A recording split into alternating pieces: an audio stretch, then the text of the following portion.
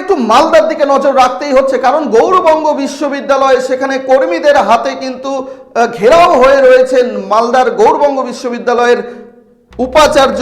কার্যত বলতে গেলে রীতিমতো ভয়ঙ্কর চাঞ্চল্যকর আরেকটি খবর, মালদার গৌড়বঙ্গ বিশ্ববিদ্যালয়ের অধ্যাপক এবং কর্মীদের হাতে ঘেরাও উপাচার্য আশিস ভট্টাচার্য। উপাচার্যের বিরুদ্ধে এক নায়কতন্ত্র চালানোর অভিযোগ, রেজিস্ট্রারকে অন্যায়ভাবে অপসারণ সহ একাধিক দাবিতে উপাচার্যকে ঘেরাও করে বিক্ষোভ দেখানো হচ্ছে। সবটা মিলিয়ে কিন্তু রীতিমতো চাঞ্চল্য ছড়িয়েছে এলাকায়। পুলিশ প্রশাসনের কর্তারা তারাও কিন্তু ইতিমধ্যে উপাচার্যের বিশ্ববিদ্যালয়ে কিন্তু পৌঁছে গিয়েছেন পরিস্থিতি সামাল দিতে। যেমনটা জানা যাচ্ছে সূত্র মারফত, মালদা গৌড়বঙ্গ বিশ্ববিদ্যালয়ে অধ্যাপক এবং কর্মীদের হাতে ঘেরাও উপাচার্য আশিস ভট্টাচার্য। উপাচার্যের বিরুদ্ধে এক নায়কতন্ত্র চালানোর অভিযোগ, রেজিস্ট্রারকে অন্যায়ভাবে অপসারণ সহ একাধিক দাবিতে উপাচার্যকে ঘেরাও করে বিক্ষোভ দেখানো হচ্ছে। উপাচার্য আশিস ভট্টাচার্য অবশ্য জানিয়েছেন, উচ্চ শিক্ষা দপ্তরের নিয়মেই বিশ্ববিদ্যালয় চলছে এবং বিশ্ববিদ্যালয়ে উপাচার্যের ঘরে যে ঘটনা ঘটেছে তা কখনোই কাম্য নয় বলে উপাচার্য নিজেই দাবি করছেন।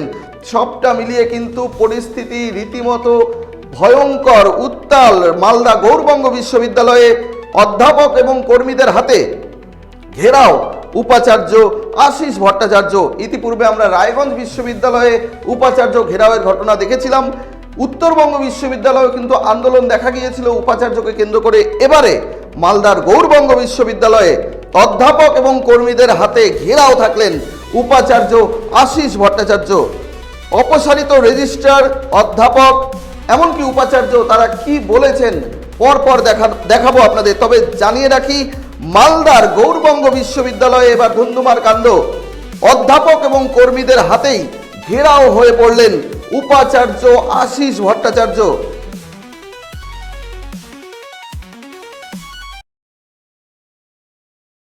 কাগজ আছে আমার কাছে।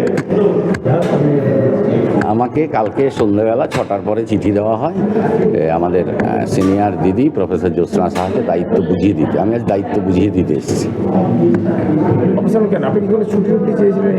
আমার ছেলের এবছর উচ্চ মাধ্যমিক পরীক্ষা। আমি সরকারি নিয়ম মেনে প্যাটার্নিটি লিভ যেটা পায় বাবারা 1 মাসের, আমি 26 দিনের প্যাটার্নিটি লিভের আবেদন করি। আবেদন মঞ্জুরও হয়।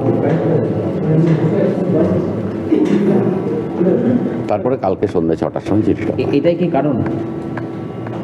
চিঠির প্রথম লাইনে এটাই বলা আছে। আপনি কিভাবে দেখছেন আপনি বিষয়টা? আপনি বলছিলেন যে এটা সম্মানহানিকর সিদ্ধান্ত। না, বিষয়টা তা নয়। বিষয়টা হচ্ছে একটা আবেগের প্রশ্ন। যে ব্যাপারটা আমাকে ডেকে আলোচনা করে করলে বেটার হতো আর কি। কারণ আমি বিশ্ববিদ্যালয়ে দীর্ঘদিন সার্ভিস দিয়েছি, তো আমি 2 বছর যে রেজিস্ট্রার পোস্টে আছি প্রায়, আমি কোনো ধরনের পার্কস নিইনি, গাড়ি চড়িনি, টিএডিএ নিইনি, আমি কোনো রকম ফেসিলিটিস বিশ্ববিদ্যালয়ে যেগুলো একটা রেজিস্ট্রারের প্রাপ্য তার 1 কণাও আমি নিইনি। সুতরাং আমি যখন দায়িত্বটা সামলেছি, এবং আপনারা জানেন একসময় ভাইস চ্যান্সেলর ছিলেনও না বেশ কিছুদিন, তো তাতে করে ভালোবেসেই করেছি। কারণ এই প্রতিষ্ঠান থেকে অধ্যাপকদের একাংশ বলছেন, অধ্যাপকরা বলছেন যে এক নায়কতন্ত্র চালাচ্ছেন উপাচার্য। আপনি কি সহমত? আপনার তাই মনে হয় যে একসঙ্গে কাজ করেছেন? আমি এটা বলতে পারবো না। আমি মনেই করি না এই ধরনের কোনো আমি ফিল করি না। আমি সবাইকে ভালো ভাবি, আমি এটা ওই ভালো মনেই নিয়েছি। আপনাকে যে সরানো হলো এক্সিকিউটিভ কাউন্সিলের মিটিং বা না, এক্সিকিউটিভ কাউন্সিলের মিটিং তো আমাদের প্রায় 1 বছর হচ্ছে না। সুতরাং আর এক্সিকিউটিভ কাউন্সিলের মিটিং এই সময়ের মধ্যে হলে আমাকেই ডাকতে হতো। আমাকে সরানোটা কি বৈধ মনে করছেন? এখন বিষয়টা হচ্ছে যে তিনি সর্বোচ্চ ক্ষমতার অধিকারী। আমি বৈধ অবৈধ বলার কেউ নয়, নিশ্চয়ই বাকিরা বলবে যারা ইসি মেম্বার আছে, বা আমি সেটাও বলতে পারবো না। আপনার হয়ে তো অধ্যাপকরা এখন আন্দোলন করছে, ভিসিও ঘেরাও হয়ে রয়েছে, কি বলবো? সেটাই একটা আমার মতো সাধারণ মানুষের অকিঞ্চিতকর জীবনে এর চেয়ে বেটার কি আর পাওয়া থাকতে পারে, যে এই যে আমার জন্য এত মানুষ এসছে। উপাচার্যের কাছে জানতে এসেছি। ইতিমধ্যে আমরা বেশ কিছু বিষয় লক্ষ্য করেছি, যেগুলো বিশ্ববিদ্যালয়ের যে স্ট্যাটুট রয়েছে, গভর্নমেন্টের যে নিয়ম রয়েছে, গভর্নমেন্টের অ্যাক্ট রয়েছে, সেই অনুযায়ী উনি কাজ করছেন না। ফলে আমাদের মূল কথা হচ্ছে UGC as well as state government অর্থাৎ গভর্নমেন্ট অফ ওয়েস্ট বেঙ্গলের যে নিয়ম রয়েছে হায়ার এডুকেশনে, সেই সঙ্গে সঙ্গে আমাদের ইউনিভার্সিটির যে স্ট্যাটুট রয়েছে সেই অনুযায়ী ওনাকে কাজ করতে হবে। উনি কোনো স্ট্যাটুটকে মান্যতা দিচ্ছেন না, উনি অ্যাক্টকে মান্যতা দিচ্ছেন না, এইগুলো আমরা লক্ষ্য করেছি। সেই জন্যই আমরা আসতে বাধ্য হয়েছি। রেটিং করে উনি রেজিস্ট্রারের দায়িত্ব দেবেন, মানে মূলত অ্যাপয়েন্টিং অথরিটি এক্সিকিউটিভ কাউন্সিল।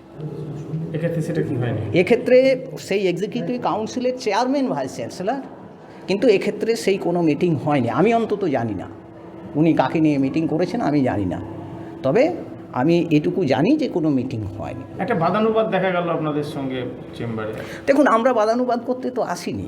আমরা বিশ্ববিদ্যালয়ের যে নির্দিষ্ট নিয়ম রয়েছে, গভর্নমেন্টের যে নিয়ম রয়েছে, সেই নিয়ম অনুযায়ী উনি যাতে কাজ করেন সেইগুলো আমরা বলতে এসেছি। আমরা যথাসম্ভব পোলাইটলিই বলেছি। ওনার ভূমিকা কী দেখছেন? ওনার ভূমিকা এখন তো উনি তো আমাদেরকে বাইপাস করে গেছেন যে আমি এখন মিটিং করছি। উনি কি মিটিং করছেন সেটা আমরা তো জানি না। উনি একটা মিটিং করছেন বলে আমাদেরকে অপেক্ষা করতে বলেছেন, তো আমরা অপেক্ষা করছি। ইউনিভার্সিটির পক্ষে এটা কাম্য নয়, এবং যারা আঙুল তুলে কথা বলছেন, হুমকি দিচ্ছেন যদি তাই মনে করি, তারা ইউনিভার্সিটির একটি কাউন্সিলের মেম্বার, দায়িত্বশীল মেম্বার, এবং তাদের ব্যবহারে আপনার ইউনিভার্সিটির স্বার্থে এগুলো এই ধরনের ব্যবহার কাম্য না। অবশ্যই দাবি দেওয়া থাকতে পারে, আপনার ভিন্ন মত পোষণ করতেই পারে, এবং বিইং অ্যান অ্যাকাডেমিশিয়ান প্লাস হচ্ছে গিয়ে এক্সিকিউটিভ কাউন্সিলের মেম্বার, কেউ হচ্ছে গিয়ে আপনার নমিনেটেড মেম্বার আছেন, কেমন তাদের ব্যবহার এরকম ভাবে আমি কখনো আশা করিনি। আচ্ছা, ওনাদের সমস্যা যেটা হয়েছে সেটা মূলত ওনাদের যেটুকু বুঝতে পেরেছি যে আমাদের যিনি রেজিস্ট্রার অ্যাডিশনাল চার্জ এই মুহূর্তে আছেন ডক্টর বিশ্বজিৎ দাস, উনি একবারে ওনাকে চার্জ হ্যান্ড ওভার করতে বলেছে। আজকে চার্জ হ্যান্ড ওভার করবে। আর যেহেতু ওনার লাস্ট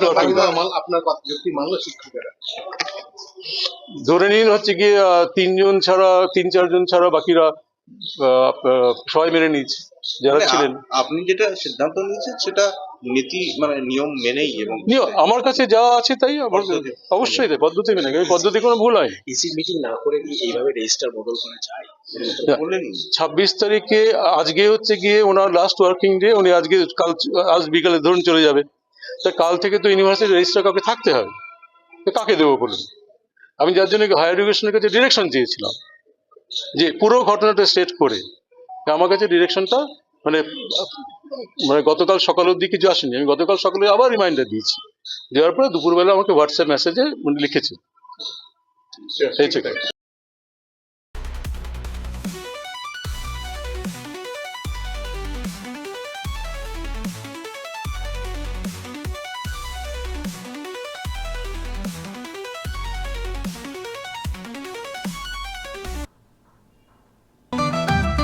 রেডিমেড পোশাকের মনকাড়া কালেকশন নিয়ে এবার হাজির রায়গঞ্জের বসন্ত স্টোর্স। একই ছাদের নিচে পেয়ে যাবেন লেহেঙ্গা, চুড়িদার, শাড়ি, ব্লেজার সহ ছোট বড় সবার মনের মতো পোশাক। তাই আর দেরি নয়, আজই আসুন বসন্ত স্টোর্সে। আমাদের ঠিকানা বিধাননগর মোড়, NS রোড, রায়গঞ্জ, উত্তর দিনাজপুর। চোখের সমস্যা বাড়ার আগেই আজই আসুন জীবন রেখা হসপিটাল, আপনার পরিবারের নতুন ভরসা। আপনার স্বপ্ন এবার আপনার শহর রায়গঞ্জে।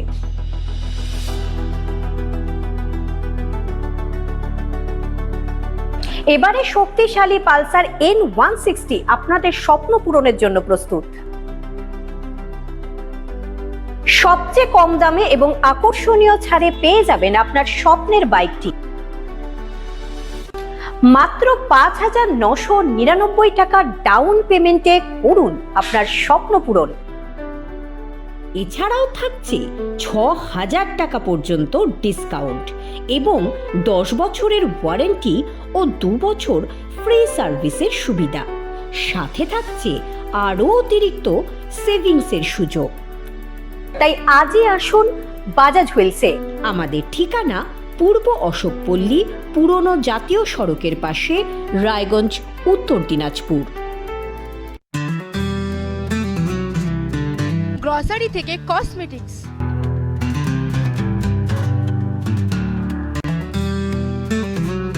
আপনার যে কোনো প্রয়োজনীয় জিনিস পেয়ে যাবেন একই ছাদের তলায়। আমাদের ঠিকানা LIC মোড়, রায়গঞ্জ, উত্তর দিনাজপুর।